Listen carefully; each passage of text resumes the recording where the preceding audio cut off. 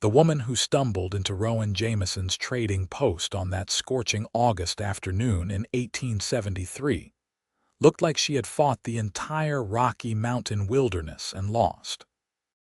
Her auburn hair hung in tangled waves down her back, her riding skirt was torn at the hem, and her boots were caked with mud despite the bone-dry Colorado summer. What caught his attention, though, was not her disheveled appearance but the determination blazing in her green eyes as she slapped a yellowed map onto his counter and said, "I need supplies, guidance, and someone who knows these mountains. I can pay." Rowan set down the beaver pelt he had been examining and studied her with the same careful attention he gave to tracking elk. She was young, maybe 23 or 24, with freckles scattered across her nose and a set to her jaw that spoke of stubbornness. The map she had brought was old, hand-drawn, with markings that made his eyebrows rise. "That is a tall order, miss," he said, his voice rough from disuse. Living alone in the mountains for the past 8 years had not done much for his conversational skills. "Depends on what you are looking for." "Hidden Springs Valley," she said without hesitation. "My grandfather found it 30 years ago. Said it was the most beautiful place he had ever seen, with water that ran clear year-round and land fertile enough to grow anything. He drew this map before he died, told my grandmother about it on his deathbed. I am going to find it and build the life he dreamed of." Rowan studied the map more closely. The landmarks were vague, the kind that could apply to a dozen different valleys in the Colorado Rockies. But there was something about the way she spoke, the absolute conviction in her voice, that made him pause before sending her on her way. "What is your name?" he asked. "Hannah Lawson," she replied, extending a hand across the counter.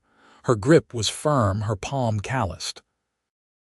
"Not some city girl playing at adventure, then." "And you are Rowan Jamison. I have been trapping and trading in these mountains since '65. He gestured to the map. "This could be anywhere from here to the Continental Divide. Your grandfather did not give better directions." Hannah's expression faltered for just a moment, revealing something vulnerable beneath the determination. "He was fevered when he drew it. My grandmother said he kept talking about a waterfall that split into 3 streams and a rock formation that looked like a sleeping bear. He said if you stood at the bear's head at sunrise, you could see the valley entrance." Rowan knew those landmarks. He had seen them 6 years ago while tracking a wounded elk through some of the most remote territory in Colorado. The valley they led to was real, and it was everything her grandfather had claimed. But getting there meant crossing terrain that had killed experienced mountain men. The route was treacherous, the weather unpredictable, and there were a dozen ways to die between here and there. "I cannot take you," he said, though something in his chest tightened as he watched her face fall. "It is too dangerous. Even if I believed you could handle the journey, which I do not, it would take 3 weeks minimum, and we are heading into the season when the weather can turn on a moment's notice." Hannah's eyes flashed. "I did not ask if you thought I could handle it. I asked if you knew the mountains." "Clearly you do. I will pay you $100, half now and half when we reach the valley." $100 was more than Rowan made in a good season. It was enough to stock his post for the winter and then some. But money meant little when you were frozen to death on a mountainside or had fallen into a ravine. "No," he said firmly. 200, Hannah countered. "You could offer me 1,000 and my answer would be the same. I am not leading a woman to her death in the high country." Hannah's hands curled into fists on the counter. For a moment he thought she might hit him. Instead, she took a deep breath and spoke with forced calm. "Then tell me which direction to go and I will find it myself. You will die, maybe, but that is my choice to make, not yours." She pulled a worn leather purse from her pocket and counted out coins. "These are for supplies. Dried meat, flour, coffee, rope, blankets. a good knife, whatever else you think necessary for someone attempting to cross the high country alone." Rowan watched her count the money with growing frustration. She meant it. This stubborn, foolish, brave woman was actually going to walk out of his trading post and into the wilderness alone. She would last maybe 3 days before something went wrong. A twisted ankle, a bear encounter, a sudden storm. The mountains did not care about determination or dreams. "Why?" he asked. "Why risk your life for a place that might not even exist anymore?" Hannah looked up, and the raw emotion in her eyes caught him off guard. "Because I have nothing else. My parents died of cholera 2 years ago. The farm went to creditors. My grandmother passed last winter, and before she did, she gave me this map and told me it was my chance at a new beginning. I have spent every penny I had left getting here.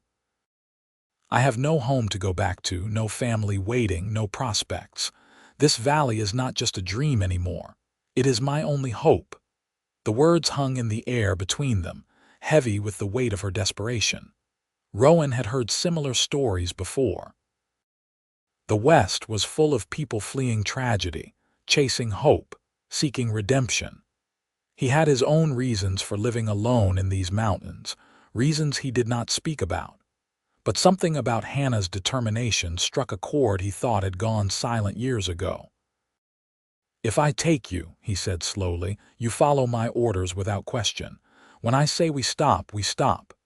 When I say something is too dangerous, you listen. The mountains do not negotiate, and neither do I." Hope blazed across her face like sunrise. "You will take me." "Against my better judgment," he muttered. "We leave in 3 days. That gives me time to prepare and you time to prove you can handle basic wilderness skills. If you cannot start a fire, set up camp, or keep up on a full day's hike, the deal is off." "I can do all of that," Hannah said quickly. "My grandfather taught me before he died. I have been camping and hunting since I was 12. We will see. There is a cabin behind the trading post. You can stay there while we prepare. And the price is $100, not $200. I am not a thief."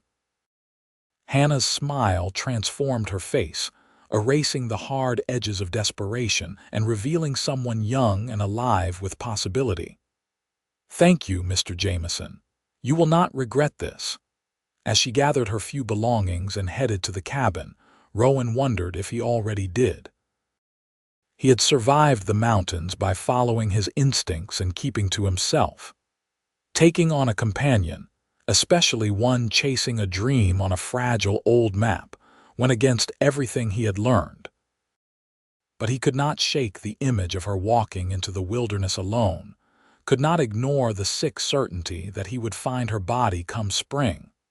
Over the next 3 days, Hannah proved herself more capable than he had expected. She could indeed start a fire, even in damp conditions, and her camp setup was efficient if not particularly refined. She kept up on their test hike without complaint, though he could see the strain in her face by the end. More importantly, she listened when he spoke about the dangers they would face, asked intelligent questions, and showed the kind of respect for the wilderness that could mean the difference between life and death. On the evening before their departure, they sat by the fire outside the trading post, finalizing their supplies. The August night was cool, the stars brilliant overhead. Rowan found himself watching the firelight play across Hannah's face as she studied the map for the 100th time. "Tell me about your grandfather," he said, surprising himself with the question. Hannah looked up, a soft smile touching her lips. "Henry Lawson. He came west in '43 with one of the early wagon trains. My grandmother always said he was born restless, always looking beyond the next horizon. He spent years prospecting, trapping, exploring, never struck it rich, but he did not seem to care. He just loved the wildness of it all." She traced a finger along the map's edge. "He found this valley during one of his wandering expeditions. Spent a whole summer there by himself, living off the land. He said it was paradise, that he felt closer to God there than he ever had in a church. "Why did he not stay?" Rowan asked. "He went back to get my grandmother to bring her to the valley. But by the time he returned to civilization, she was pregnant with my mother. The journey would have been too risky. Then there were complications with the birth, and my grandmother needed to be near a doctor. Then my mother grew up and married my father, and my grandfather stayed to help with the farm. He always meant to go back, but life kept getting in the way. Until suddenly he was old and sick, and his only journey was the one we all take in the end." The sadness in her voice was palpable. Rowan recognized it, the grief of lost possibilities and deferred dreams. "I am sorry about your parents," he said quietly. "Thank you." Hannah folded the map carefully. "The cholera outbreak hit our town hard, took 50 people in a month. I survived by sheer luck, I think, or maybe because I was meant to finish what my grandfather started. Does that sound foolish?" "No," Rowan said, and meant it. "We all need to believe our lives have purpose." "What is yours?" The question was gentle, curious rather than prying. Rowan was quiet for a long moment, staring into the flames. He had not talked about his past in years, had built walls around those memories as surely as he had built his cabin. But something about the approaching journey, about the vulnerability Hannah had shown, loosened his tongue. "I came out here to forget," he said finally. "Had a wife back in Ohio, Sarah. We married young, planned to have a dozen children and grow old together on the family farm. But she died giving birth to our first child, the baby boy too. Complications, the doctor said, like that word could contain all the love and hope that died with them." He paused, the old pain still sharp after all these years. "I could not stay there in that house full of ghosts and might have beans.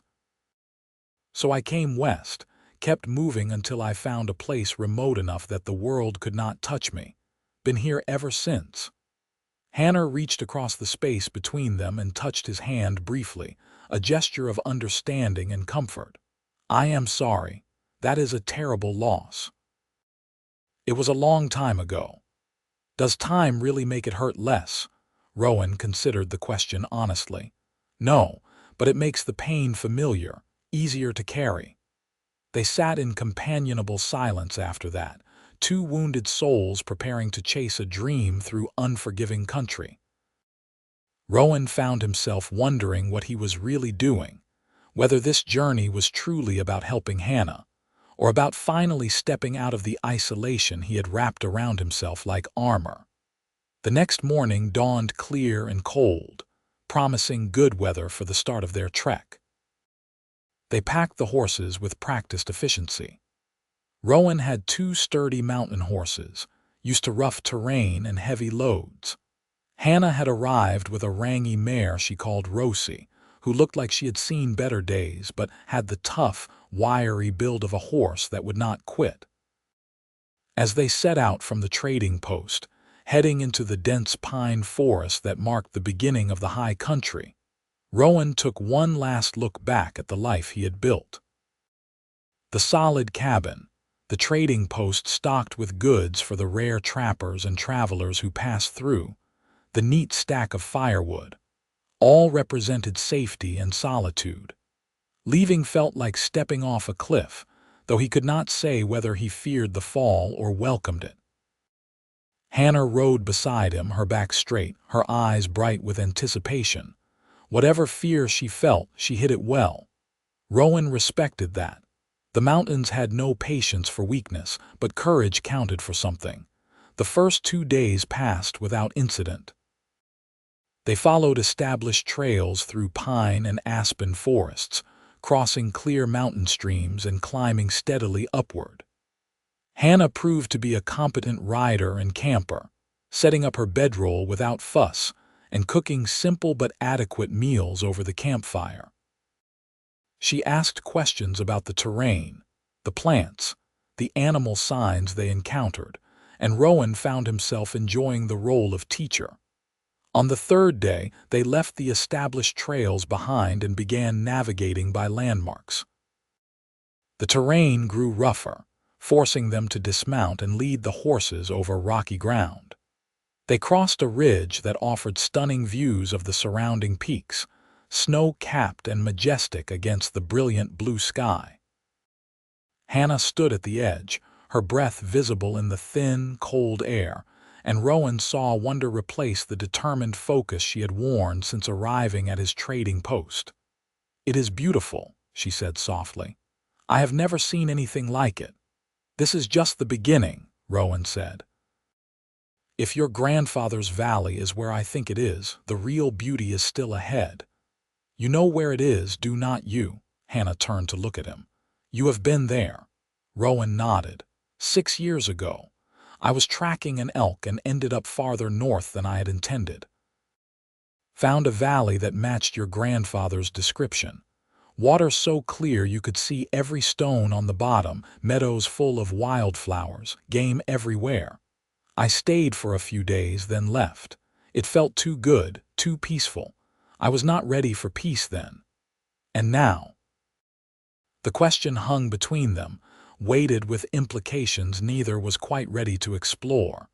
Rowan turned away, checking the horses' packs to avoid answering. "We should keep moving," he said. "Want to make the northern pass before dark." They traveled in silence for a while, winding through a narrow canyon where the walls rose steep on either side, and the sound of running water echoed off the stone. Rowan found his mind wandering to Hannah, to the way her determination never seemed to waver even when the trail grew difficult, to the quiet strength she showed in the face of discomfort and uncertainty. He had not allowed himself to think of a woman in terms beyond polite acknowledgement since Sarah's death. Love was a door he had closed and locked, convinced that opening it again would only lead to more pain. But Hannah was breaking down his defenses without even trying, simply by being herself, brave and vulnerable and stubbornly hopeful. That night, they camped in a sheltered hollow where a hot spring bubbled up from the rocks, creating a pool of steaming water surrounded by ferns and moss. It was one of Rowan's favorite spots, a hidden gem that few people knew about. Hannah's eyes widened when she saw it. "Can we bathe in it?" "It is safe. Just hot. I will give you privacy." While Hannah bathed, Rowan made camp and prepared dinner, trying not to think about the woman in the spring just beyond the rocks. When she emerged, her hair wet and combed smooth, her face pink from the heat, she looked younger and more at peace than he had yet seen her. "That was heaven," she said, settling by the fire. "Thank you for bringing us here. Figured you had earned it. You are doing well on the trail." Hannah smiled at the compliment. "Coming from you, that means something. You do not strike me as someone who gives praise lightly." "No point in saying what you do not mean." They ate in comfortable silence, the sounds of the wilderness around them. An owl hooted in the distance. The spring bubbled and steamed. The fire crackled cheerfully. "Rowan," Hannah said after a while, "can I ask you something? You can ask. Cannot promise I will answer. Do you ever get lonely, out here by yourself?" The question was more personal than anything she had asked before, but Rowan found he did not mind. "Sometimes, but lonely is better than hurt." "Is it?" Hannah drew her knees up, wrapping her arms around them. "I think being alone would hurt in its own way. Humans are not meant to be solitary. Some of us are not fit for company." "I do not believe that. You have been good company these past days. Patient, helpful, even kind when you think I am not noticing." Rowan shifted uncomfortably. "I am doing a job you paid for. You are doing more than that, and we both know it." Hannah's voice was gentle but firm. "You are helping me chase a dream because you understand what it means to need one. That is not just a job. That is compassion." Rowan did not know how to respond to that, so he stood and busied himself checking the horses. But Hannah's words stayed with him as he lay in his bedroll that night, staring up at the stars through the pine branches. Compassion. He had not thought of himself as compassionate in years. He had thought of himself as empty, hollowed out by grief and hardened by isolation. But maybe Hannah was right. Maybe there was still something inside him capable of caring, of connecting. The thought was both terrifying and strangely exhilarating. The next several days tested them both. They crossed the Continental Divide through a pass that required careful navigation over loose scree and around patches of late summer snow. The altitude made breathing difficult, and they had to stop frequently to rest the horses. One of the pack animals lost its footing on a steep section, and only Rowan's quick reflexes prevented a disastrous fall. Through it all, Hannah never complained.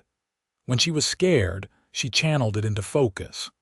When she was exhausted, she pushed through. When the terrain seemed impossible, she found a way forward.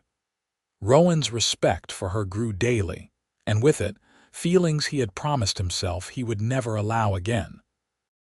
He caught himself watching her when she was not looking, admiring the way the sunlight caught in her auburn hair, the grace with which she moved despite her fatigue, the small smile that touched her lips when she spotted something beautiful.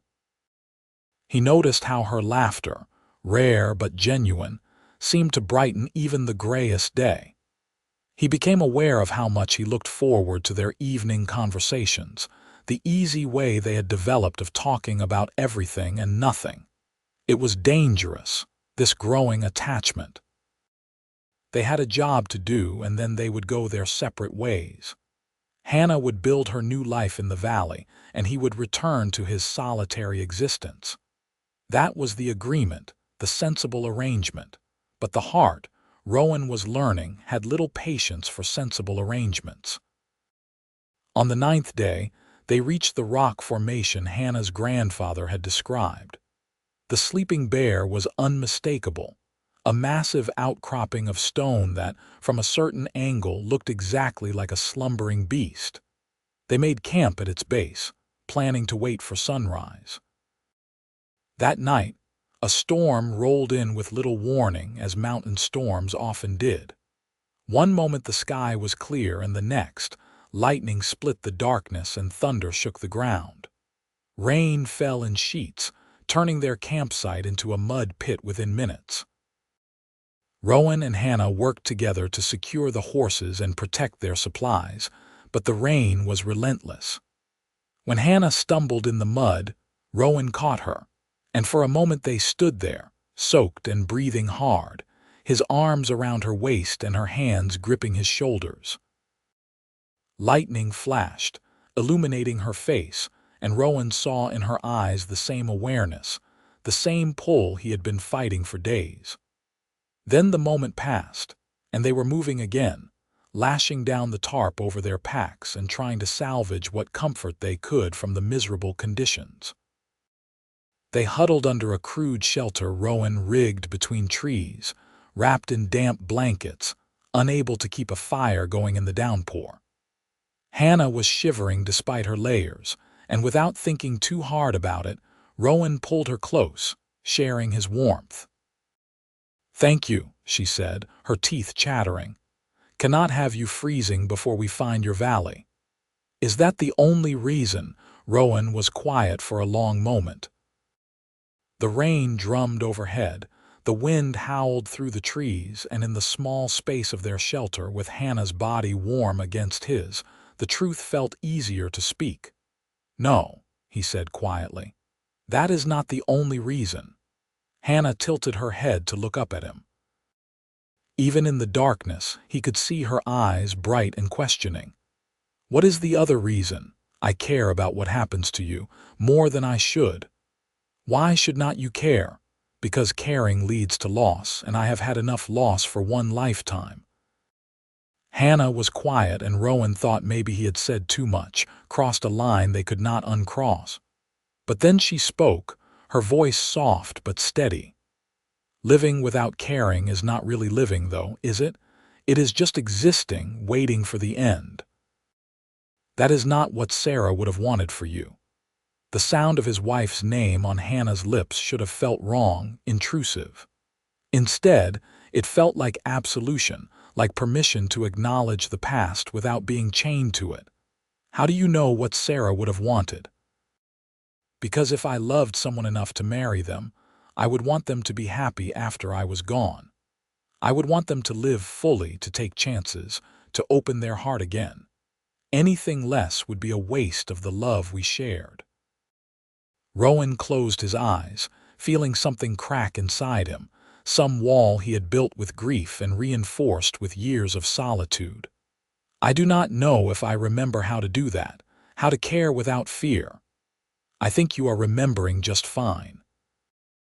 Hannah's hand found his in the darkness, her fingers lacing through his. You took a chance on me, did not you? A stranger with a worn map and an impossible dream. You could have sent me away, but you did not. That took courage, or foolishness. Maybe they are the same thing sometimes. They sat like that through the worst of the storm, holding hands in the darkness. Two people who had been broken by life finding unexpected comfort in each other. When the rain finally slowed to a drizzle, Hannah had fallen asleep against Rowan's shoulder, and he did not have the heart to move her. He sat awake, watching the storm clear and the stars emerge, thinking about second chances and the terrifying possibility of hope. Dawn broke clear and cold, painting the mountains in shades of gold and pink. Rowan gently woke Hannah, and together they climbed to the top of the Sleeping Bear rock formation. From there, as the sun crested the eastern peaks, they could see it, a valley nestled between mountains, with a waterfall that split into 3 streams cascading down its western face. Hannah gasped, her hand flying to her mouth. That is it. That has to be it. Hidden Springs Valley, Rowan confirmed. Your grandfather had a good eye. It is as beautiful as any place I have seen. Tears streamed down Hannah's face, and she turned to Rowan with such joy that it took his breath away. We found it. We actually found it. Without thinking, Rowan pulled her into his arms, and Hannah came willingly, laughing and crying at once. When she pulled back to look at him, her face flushed with happiness and exertion and something deeper. Rowan knew he was lost. He cupped her face in his hands, giving her time to pull away, but she did not. Instead, she rose on her toes and kissed him. The kiss was soft at first, tentative, a question being asked and answered. Then it deepened, 8 years of loneliness and grief meeting hope and possibility in a way that felt like coming home. When they finally parted, both were breathing hard, and Rowan rested his forehead against Hannah's.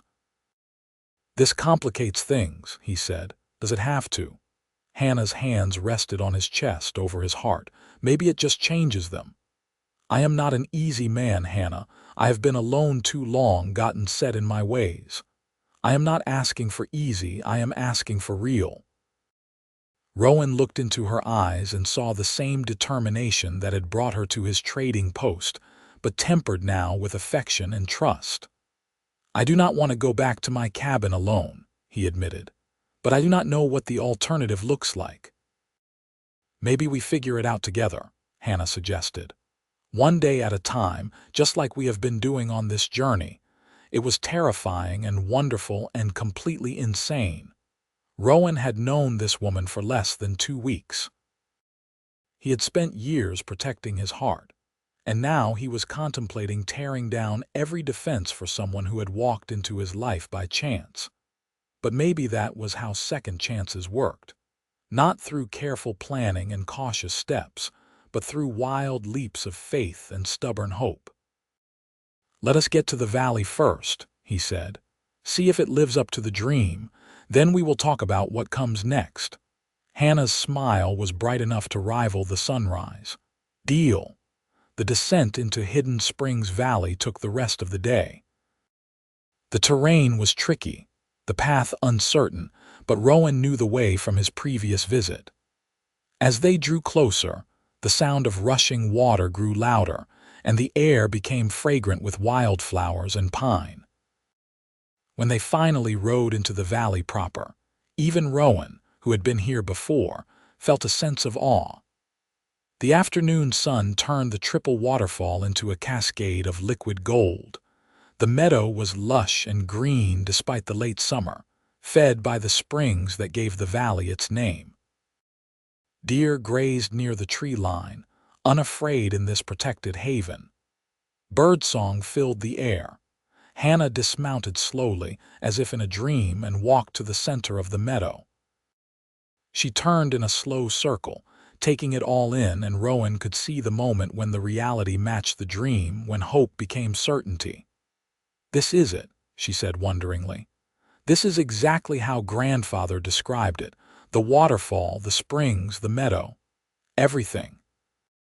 They set up camp near the edge of the trees, where a natural shelf provided flat ground and shelter. As they worked, Rowan found himself imagining what it would be like to build a cabin here, to wake up to the sound of the waterfall every morning, to watch the seasons change in this hidden paradise. With Hannah, the thought should have terrified him, but instead it felt right in a way nothing had felt since Sarah's death. That evening they sat by the fire, closer than necessary, shoulders touching. Hannah leaned her head against Rowan's arm, exhausted but happy. "Thank you," she said quietly, "for believing in me, for bringing me here, for everything. You did the hard part. You had the courage to dream and the strength to chase it." "We both did," Hannah corrected. "You took a leap of faith too, Rowan. You let someone into your carefully guarded world. That takes its own kind of courage." Rowan wrapped an arm around her shoulders, pulling her close. "I am terrified," he admitted, "of caring this much, of losing again, of not being enough."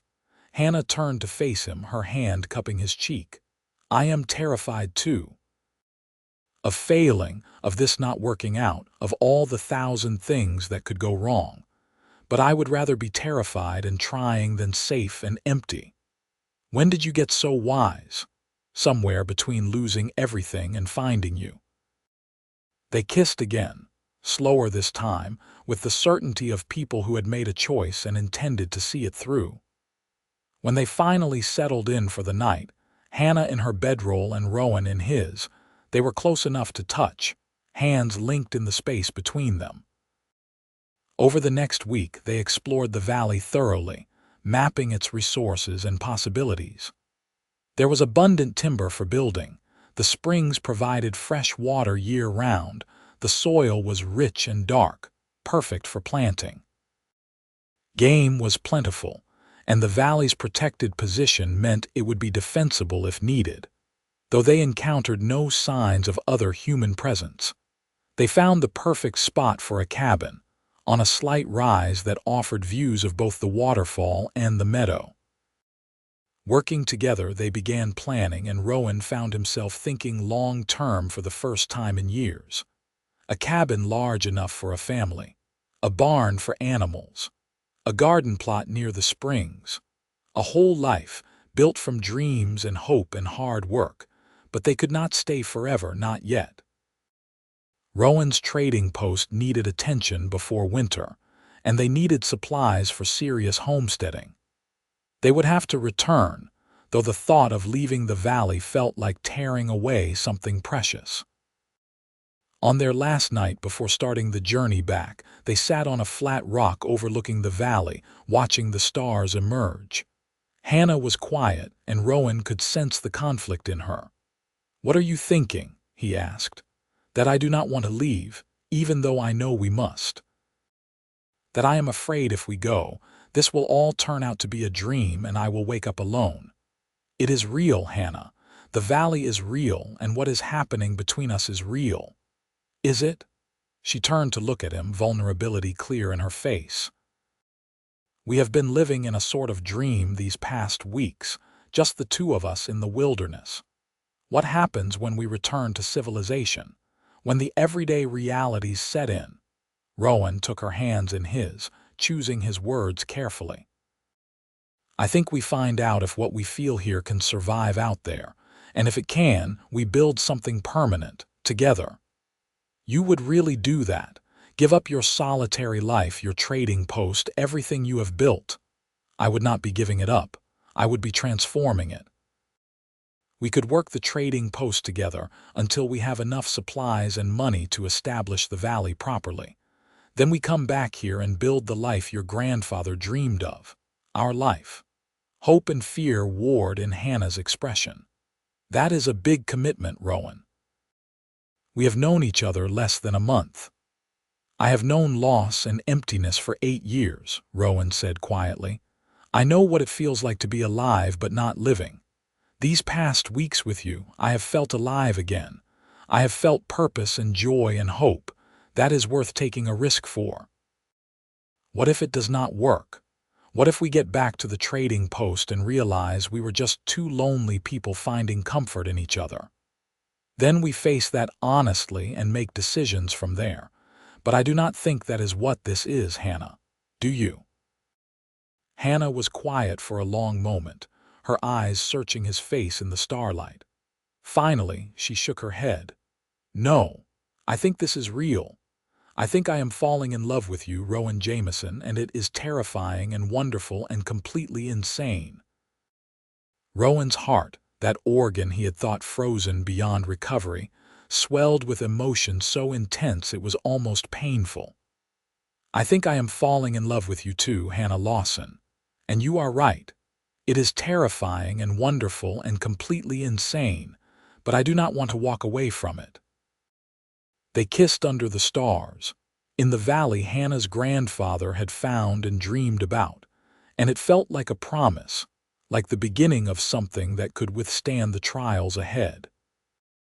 The journey back was easier, both because they knew the way and because they traveled lighter, having cached some supplies in the valley for their return.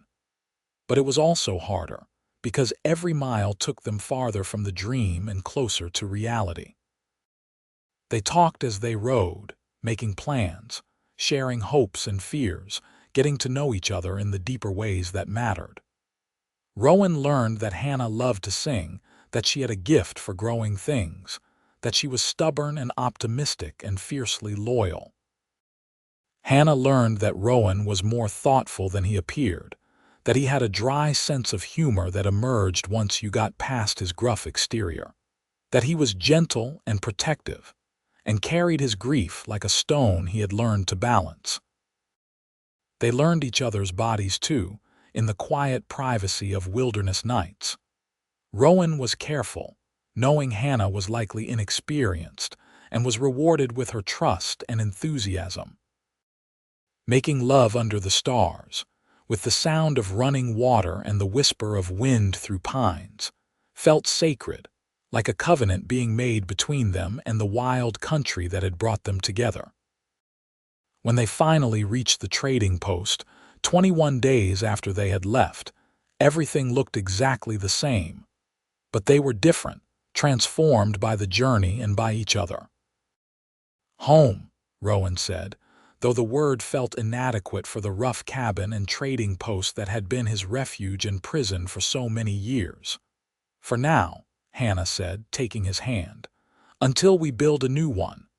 They fell into a rhythm over the following weeks.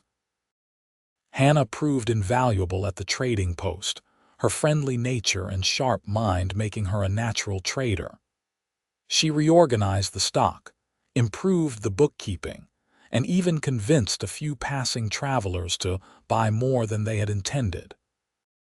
Rowan handled the hunting and trapping, bringing in fresh pelts and meat. In the evenings, they planned their future, drawing up detailed lists of what they would need to properly settle the valley. Tools and seeds, livestock and lumber, enough supplies to see them through the first winter. It would take time and money to acquire everything, but they were patient, willing to wait for the right moment. They also faced challenges. Living together brought out quirks and habits that tested their patience. Rowan was used to solitude and silence, and had to adjust to having someone always present. Hannah was used to making decisions independently, and had to learn to consult with a partner. They had their first real argument over something trivial, how to organize the trading post stock, and it escalated into a shouting match that left them both shaken. But they worked through it, learning that conflict did not mean the end of love, that disagreement could be healthy if handled with respect and honesty. Rowan learned to communicate his needs instead of withdrawing. Hannah learned to give space when it was needed. They grew together, the rough edges smoothing as they figured out how to be partners. 2 months after their return, a letter arrived at the trading post, delivered by a circuit rider who occasionally brought mail to the remote areas. It was addressed to Hannah, from a lawyer in Ohio. With trembling hands, she opened it, and as she read, her face went pale. "What is it?" Rowan asked, concern sharp in his voice. "It is about my family's farm," Hannah said slowly. Apparently, there was an error in the foreclosure. The creditors did not have legal claim to the property. It has been sitting empty, and the court has ruled that it reverts to me as the sole heir. The lawyer wants to know what I want to do with it. Rowan felt his stomach drop. The farm was Hannah's connection to her past, to her parents and the life she had lived before everything fell apart. It represented security, a known quantity in a world full of uncertainty. And it was in Ohio, 1,000 miles from the Colorado mountains and the valley they had dreamed of together. "What do you want to do?" he asked carefully, trying to keep his voice neutral. Hannah set the letter down and looked at him, her green eyes troubled. "I do not know. I thought I had left all of that behind. But now, knowing the farm is mine again, that I could go back, it complicates things." "You want to go back, part of me does," Hannah admitted. "That farm holds every memory I have of my parents, of my childhood. There is security there, a home that is already built, land that is already cleared and productive. It would be easier than starting from scratch in the wilderness." Rowan nodded slowly, feeling the dream slipping away even as he tried to hold on to it. "That is true. It would be easier. But easy is not always right," Hannah continued. "The farm also holds grief and loss. It is the place where my parents died, where I watched my whole world crumble. And it is not the dream. It is not the valley my grandfather found, not the new beginning we have been planning. Hannah, I will not hold you to a promise made in the wilderness if you have changed your mind. Your happiness matters more than my feelings." Hannah stood abruptly, moving to the window of the cabin, staring out at the mountains in the distance. Rowan watched her, his heart in his throat, waiting for her to make a choice that would determine both their futures. "I have not changed my mind," she said finally. "The farm is my past. You and the valley, that is my future. I want to sell the farm, use the money to properly outfit our homestead. I want to build something new with you, Rowan, not return to what was." Relief flooded through Rowan so intensely he had to sit down. "Are you sure? This is not a decision to make lightly." Hannah turned to face him, and her expression was clear and certain. "I am sure. I will always treasure the memories I have of my parents and the farm, but I cannot live in the past. I love you, Rowan. I love the life we are building. I want Hidden Springs Valley and everything that comes with it, the hard work and the uncertainty and the beautiful possibilities." Rowan crossed the room and pulled her into his arms, holding her tight. "I love you too, more than I thought I could ever love anyone again." They kissed, sealing the decision, and when they parted, both were smiling. "So," Hannah said, her eyes bright with excitement, "I suppose I should write to the lawyer. Tell him to find a buyer for the farm and send the proceeds here. With that money and what we have saved from the trading post, we should have everything we need to settle the valley properly come spring." "Spring," Rowan repeated. "That gives us the winter to prepare, to make sure we have everything we need, and to decide what to do about the trading post. Do we sell it, or keep it as a connection to the outside world? It was a practical question, but an important one. The trading post was Rowan's livelihood, his investment of years of work. But it was also a tie to the life he had lived alone, the isolation he had embraced after loss. "Let us keep it for now," he said after consideration. "We can hire someone to run it during the seasons we are at the valley. It will provide income and a place to return to if we need supplies or want to visit civilization occasionally. But our primary home, our life, will be in the valley." Hannah nodded, approving the plan. "That makes sense, and it gives us a safety net, which is wise when we are taking such a big risk." The winter passed in a flurry of preparation. The money from the farm sale arrived in early November, a sum that made both of them stare at the bank draft in disbelief. It was enough to not just outfit the homestead, but to do it properly, with good tools and quality livestock and supplies to last through lean times. They spent the winter months acquiring what they needed, ordering items from catalogs, buying from traveling merchants, carefully selecting everything from seeds to furniture.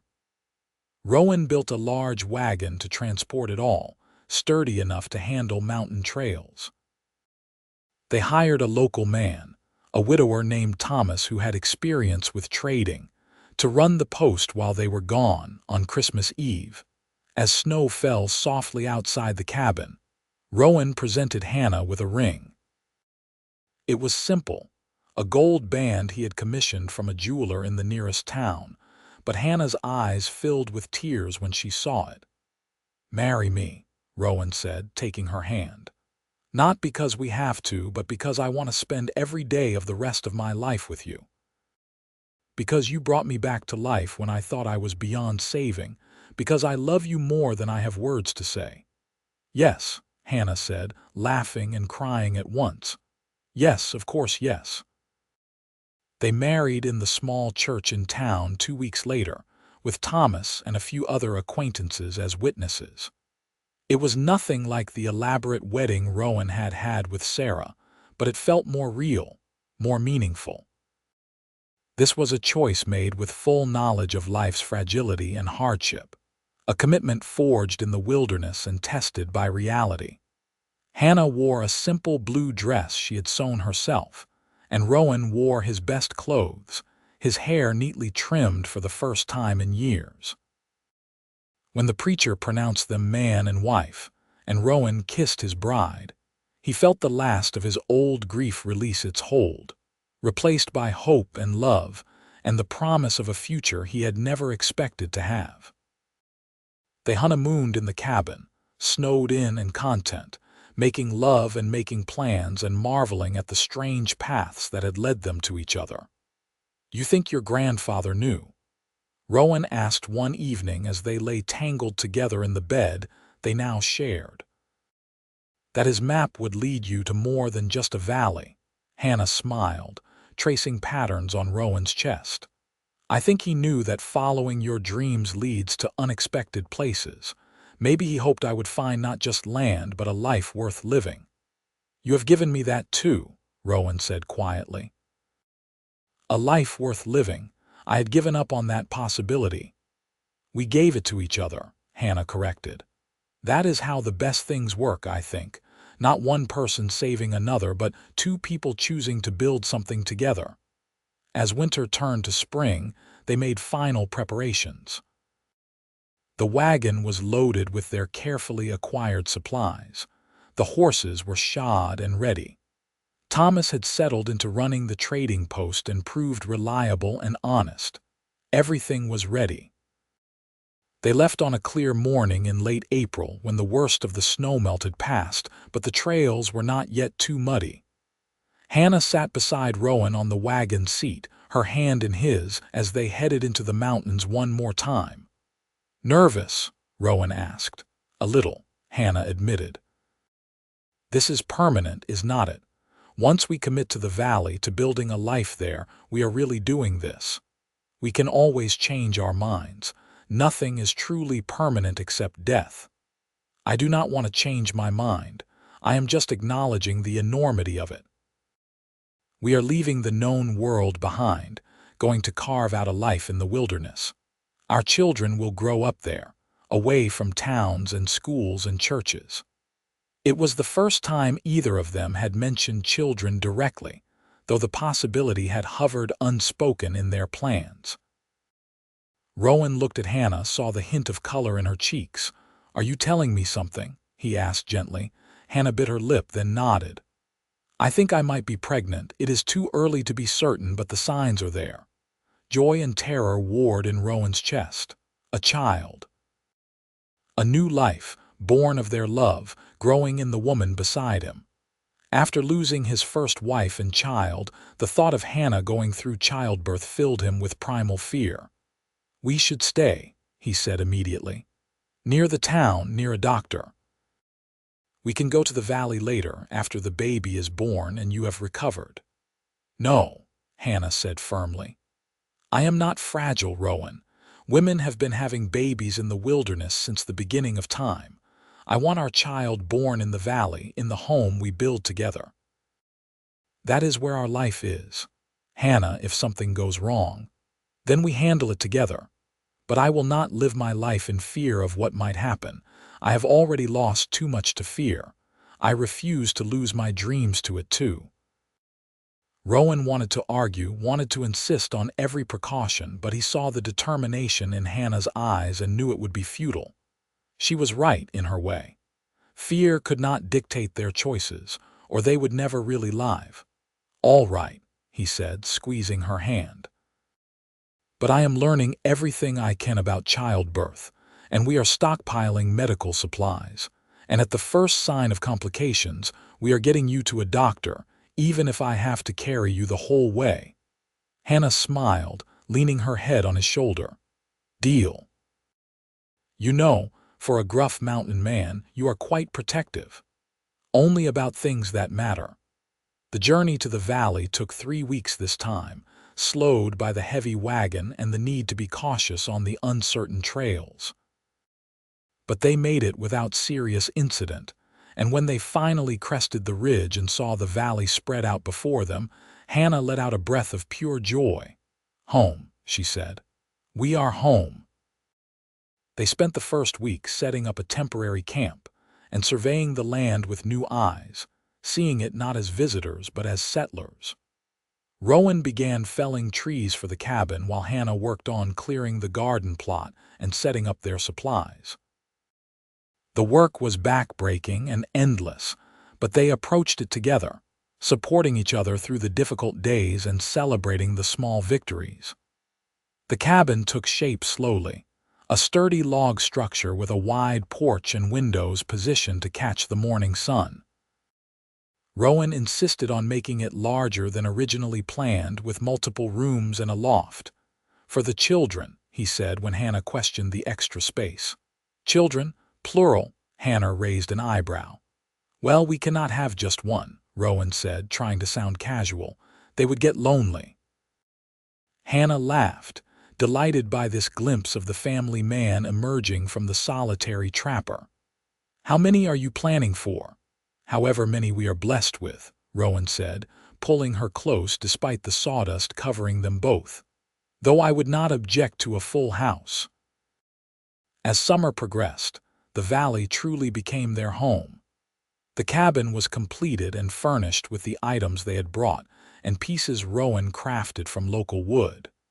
The garden flourished under Hannah's care, yielding vegetables that supplemented the game Rowan hunted. They acquired chickens from a traveling trader who occasionally passed through the mountains, and built a coop to keep them safe from predators. Hannah's pregnancy progressed without complications, her belly rounding as autumn approached.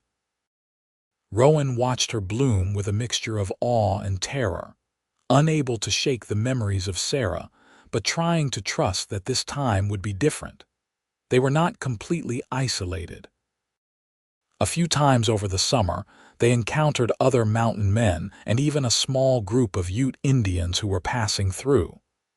The interactions were peaceful, and they traded goods and information. Rowan made sure everyone knew that the valley was now claimed and occupied, establishing their presence in the unspoken community of the high country. One evening in late September, as they sat on their porch watching the sunset paint the mountains gold and crimson, Hannah took Rowan's hand and placed it on her belly. He felt the strong kick of the child within and could not stop the tears that filled his eyes. "That is our baby," Hannah said softly, "strong and healthy just like us." "I am so afraid," Rowan admitted, his voice breaking, "of losing you, of losing the baby, of everything going wrong like it did before." Hannah turned to face him, taking his face in her hands. "Look at me, Rowan. I am not Sarah. This is not the same situation. I am strong and healthy, the pregnancy has been easy, and we have everything we need. But even if something does go wrong, even if the worst happens, you will survive it. You are stronger than you think, and you are not alone anymore. I could not bear to lose you. Then do not borrow trouble from tomorrow.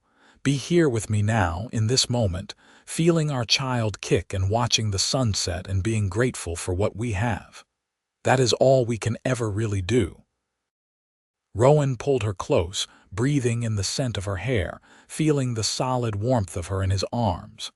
She was right. The future was uncertain, but the present was real and precious. He had to trust in that, had to believe that life could be generous as well as cruel. As autumn turned the aspens gold and the first snows dusted the higher peaks, Hannah went into labor.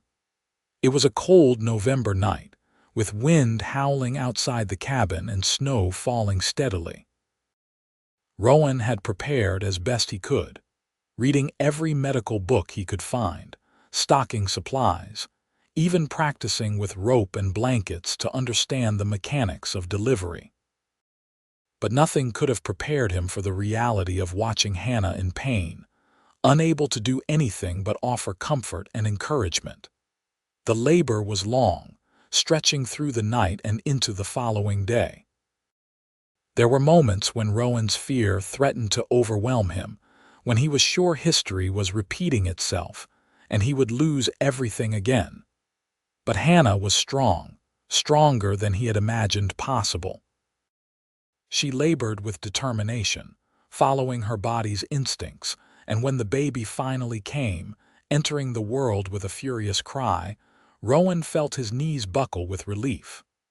"A boy," he said, his voice choked with emotion as he wrapped the squalling infant in a clean blanket. "Hannah, it is a boy." Hannah, exhausted but radiant, reached for the baby. When Rowan placed their son in her arms, the look of pure love on her face was something he knew he would remember until his dying day. "He is perfect," she whispered, counting tiny fingers and toes. "Look at him, Rowan. We made this perfect little person."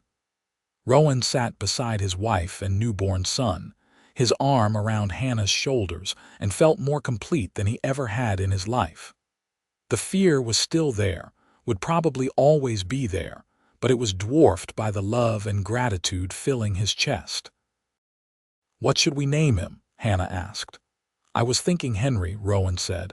"After your grandfather, he brought us together in a way, led you to the valley and to me." Tears spilled down Hannah's cheeks, but she was smiling. "Henry Jamison, it is perfect." They spent the rest of the winter cocooned in the cabin with their new son, learning the rhythms of parenthood. The nights were long, broken by Henry's cries for feeding and comfort. The days blurred together in an exhausted haze of diaper changes and soothing and stolen moments of sleep. But there was joy too, pure and uncomplicated. Henry's first smile, the way his tiny hand would grip Rowan's finger with surprising strength, the contented sounds he made while nursing. Rowan found himself falling in love all over again, with this small person who carried his blood and Hannah's spirit. As spring returned to the valley, bringing with it new life and green growth, they emerged from their cocoon ready to continue building their dream. Hannah strapped Henry to her chest while she worked in the garden, singing to him as she planted seeds. Rowan built a cradle that rocked gently, allowing Henry to nap while he worked on expanding their homestead. The years passed in a rhythm of seasons and growth. Henry grew from infant to toddler, taking his first steps on the porch of the cabin and speaking his first words while watching the waterfall. They added livestock, cows and horses and a few goats, building up a small herd that provided milk and meat and transportation. In the summer of Henry's third year, Hannah gave birth to a daughter they named Rose, a delicate baby with her mother's red hair and her father's serious eyes. 2 years later came another son, Samuel, bold and adventurous from his first breath. And 3 years after that, twin girls, Emma and Grace, who filled the cabin with chaos and laughter. The cabin Rowan had built proved perfectly sized for their growing family. The loft converted into sleeping space for the children, the extra room serving as Hannah's sewing and preserving room. They added on to the structure over the years, a larger kitchen, a proper bathing room heated by the hot springs, a root cellar for storage. Hidden Springs Valley flourished under their care. The garden expanded into several large plots, providing more than enough vegetables for the family and surplus to trade with the occasional visitors. Rowan improved the trails in and out, making the valley more accessible without compromising its hidden nature. They established a small schoolroom in the cabin, Hannah teaching their children reading and writing and arithmetic, Rowan teaching survival skills and respect for the wilderness. They were not completely isolated. Every spring and fall, they made the journey to the trading post, visiting Thomas and restocking supplies they could not make themselves. The children loved these trips, the chance to see different people and places, but they were always happy to return to the valley. When Henry was 10, he asked his parents how they had found the valley, and Hannah pulled out the old map, worn now and precious, and told him the story. All 5 children listened with rapt attention as she described her desperation, her determination, the way a gruff mountain man had agreed to help her chase an impossible dream. "And that is how we found our home," Hannah finished, smiling at Rowan across the room. "Because sometimes the best things in life come from following your heart, even when it seems foolish. And sometimes," Rowan added, "the people we think we are helping end up saving us instead." The children groaned at the mushiness, as children do, but Rowan saw Henry watching him with new understanding, beginning to grasp the depth of what his parents had built together. As the children grew older, they each developed their own personalities and passions. Henry was thoughtful and careful, interested in the mechanics of how things worked. Rose loved the garden and the livestock, spending hours tending to the animals with patient care.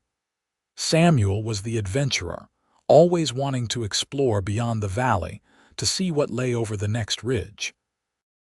The twins were inseparable, finishing each other's sentences and getting into mischief together. Rowan and Hannah adjusted their parenting to each child, encouraging their individual strengths while teaching them all the skills they would need to survive and thrive. It was not always easy.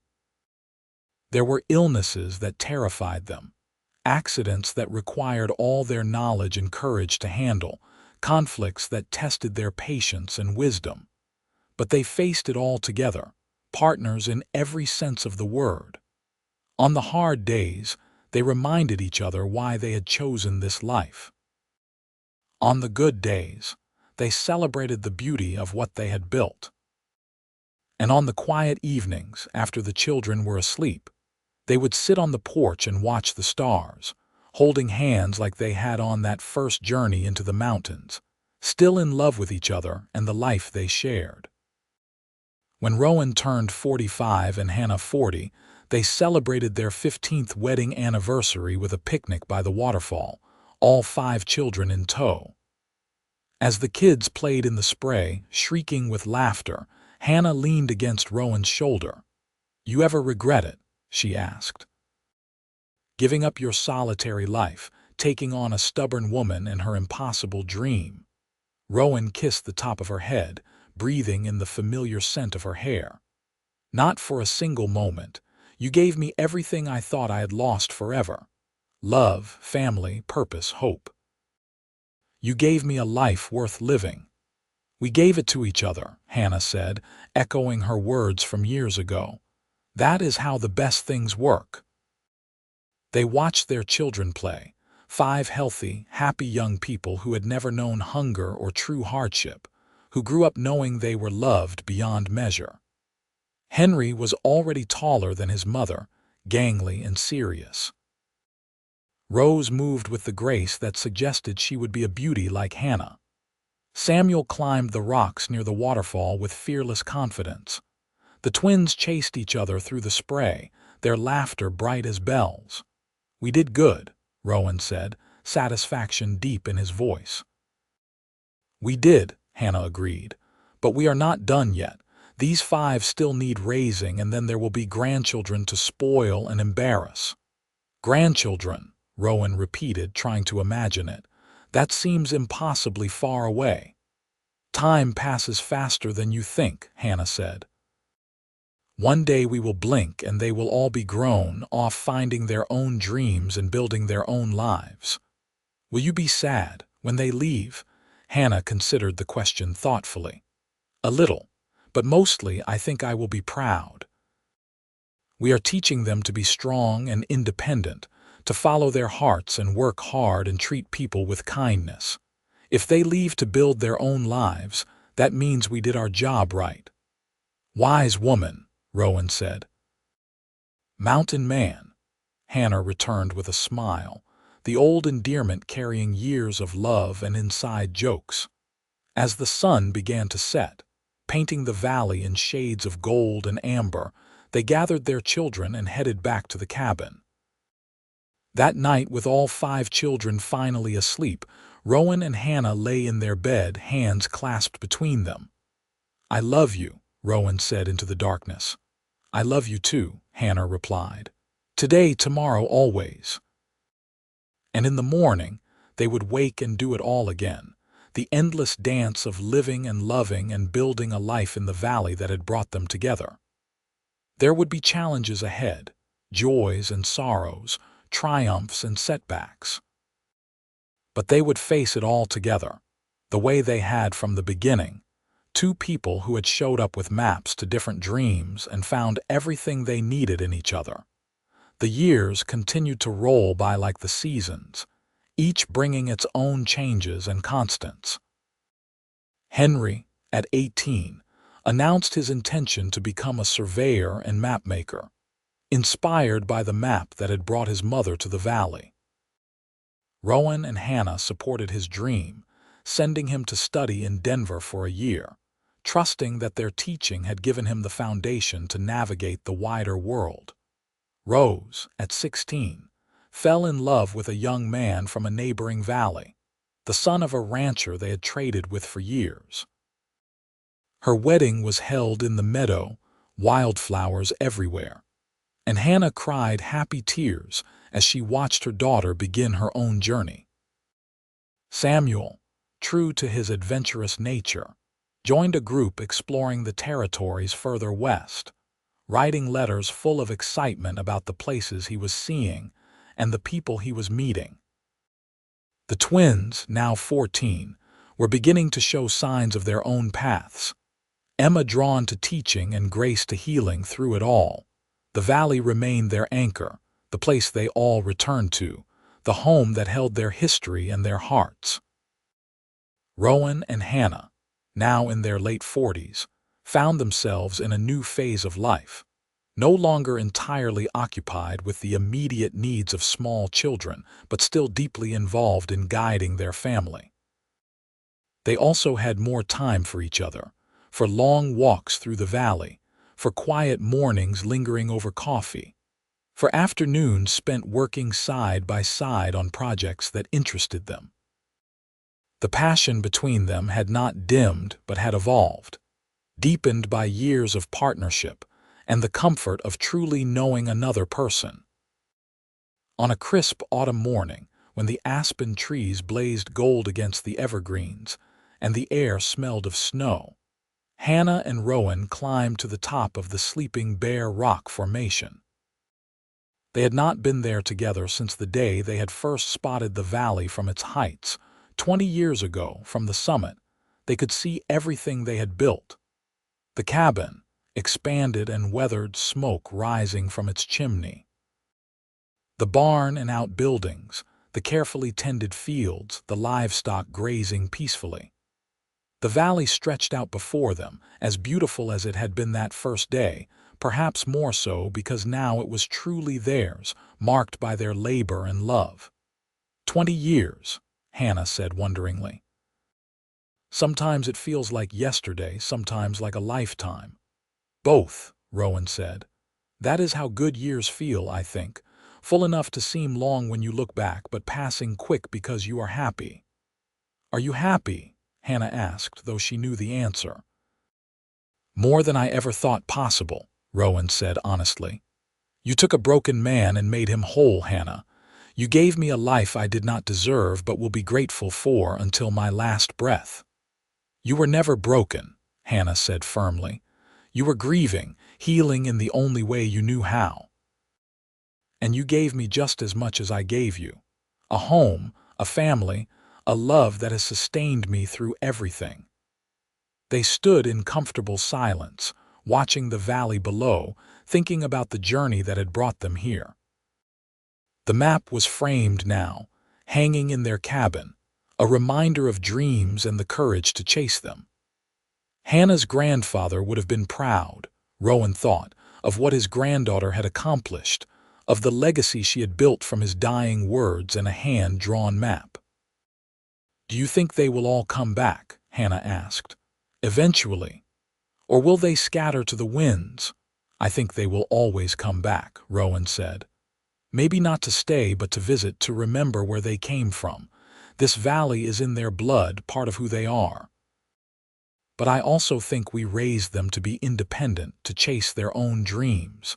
If we have done our job right, they will go and build lives that matter to them, whether those lives are here or elsewhere.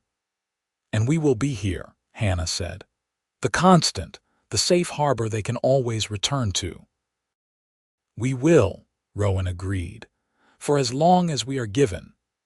As autumn turned to winter, the family gathered for Christmas, all 5 children coming home for the holiday. Henry brought a girl he was courting, a smart young woman who worked in the surveyor's office. Rose came with her husband and announced, blushing, that they were expecting their first child. Samuel had wild stories about the Oregon Territory and plans to return there in the spring. Emma had been offered a position teaching at a school in a nearby town. Grace had been apprenticing with a doctor and spoke passionately about bringing medical care to remote areas. The cabin was full of noise and laughter and life, exactly as it had been when the children were small, but different too, flavored now with adult conversations and sophisticated jokes. Rowan and Hannah moved through it all, hosting and facilitating, stepping back to let their children shine. On Christmas Eve, after the younger folks had gone to bed, Rowan and Hannah sat by the fire, alone together for the first time in days. They are all going to leave again, Hannah said, though she did not sound sad, just contemplative. Yes, but they are all thriving. We did that, Hannah. We raised 5 strong, capable, loving people who are going out and making their mark on the world. And we are going to be grandparents, Hannah said, a smile tugging at her lips. That we are, Rowan said, the idea filling him with unexpected joy. Another generation to spoil and teach and love. Life is funny, Hannah mused. I came to these mountains alone, desperate, chasing a dream I was not even sure was real. And now look at all of this. A family, a home, a legacy. It is more than I ever imagined when I walked into your trading post with that map. You had the courage to dream, Rowan said. That made all the difference. They sat quietly, watching the fire, thinking about the past and the future, comfortable in the knowledge that whatever came next, they would face it together. Rose's baby, a boy they named Henry after his grandfather, was born the following summer. Hannah and Rowan traveled to their daughter's home for the birth, Hannah assisting with the delivery, and Rowan pacing nervously outside until he heard the baby's cry. Holding his grandson for the first time, Rowan felt the circle of life complete itself, the joy and terror and overwhelming love coming full circle. "He is beautiful," he told Rose, his voice thick with emotion. "He has your eyes," Rose said, exhausted but happy. "And his name?"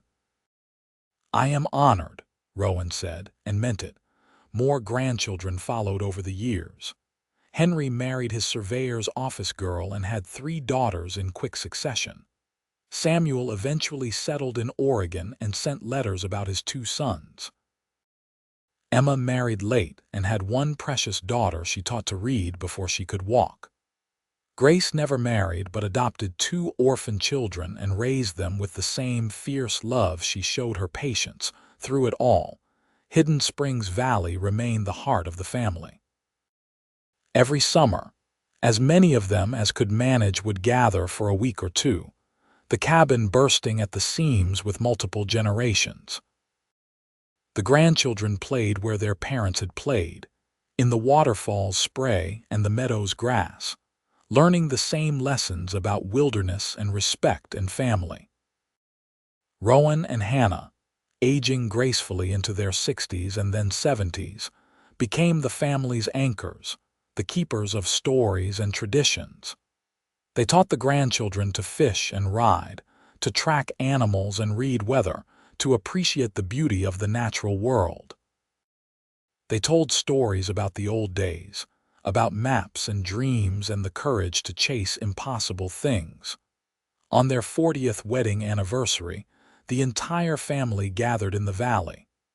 There were over 20 people now, children and grandchildren, and even a few great-grandchildren toddling about. They had a massive celebration, with food and music and dancing that lasted long into the night. When things finally quieted down and the youngsters were asleep, Rowan and Hannah slipped away to sit on their porch, the same porch they had sat on countless times over the decades. 40 years, Hannah said, shaking her head in wonder. "Where did the time go? Into this," Rowan said, gesturing at the cabin full of sleeping family members. "Into love and life and everything that matters. You have any regrets?" Hannah asked, the same question she had asked 15 years ago but weighted differently now, with the perspective of a lifetime together. Rowan took her hand, examining the wrinkles and age spots, the fingers that had become gnarled with arthritis but were still strong, still capable. "Not a single one. You are the best thing that ever happened to me, Hannah Jamison. These 40 years with you have been the greatest gift of my life. Even though I showed up and complicated your solitary existence, especially because of that," Rowan said, smiling. "I needed complicating. I needed you to remind me that life is for living, not just enduring." Hannah leaned her head on his shoulder, and they sat in the comfortable silence of people who had said everything that needed saying over 4 decades together. The valley spread out before them in the moonlight, eternal and beautiful, the setting of their greatest adventure. "I love you," Hannah said softly. "I love you too," Rowan replied. "Always have, always will."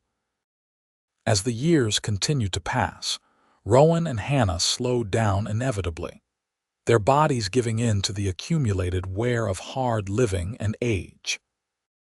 They handed over more of the physical work of maintaining the valley to their children and grandchildren, becoming advisors and historians rather than laborers. Rowan's health began to fail first, a persistent cough that Hannah recognized with a sinking heart as something serious. The doctor they finally consented to see confirmed her fears. His lungs were damaged, whether from years of breathing cold mountain air or exposure to some illness. They could not say. He had a year, maybe two if he was careful. Rowan took the news with the same stoic acceptance he had faced every challenge in his life. He refused to leave the valley, insisted on dying where he had truly lived. Hannah, her own health fragile with age but her spirit as fierce as ever, stayed by his side. They spent that final year surrounded by love. The children and grandchildren visited frequently, bringing warmth and laughter to the cabin. Rowan told stories, passed on wisdom, made peace with his life. He had no fear of death, he told Hannah one night, because he had lived fully, loved deeply, and left a legacy that would endure.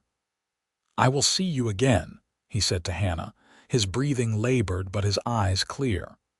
"Wherever souls go after this life, I will be waiting for you." "You better be," Hannah said, tears streaming down her face.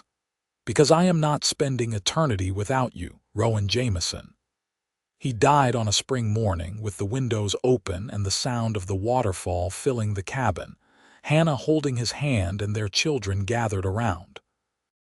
It was peaceful as deaths go, the passing of a man who had found redemption and love and purpose in the last decades of his life.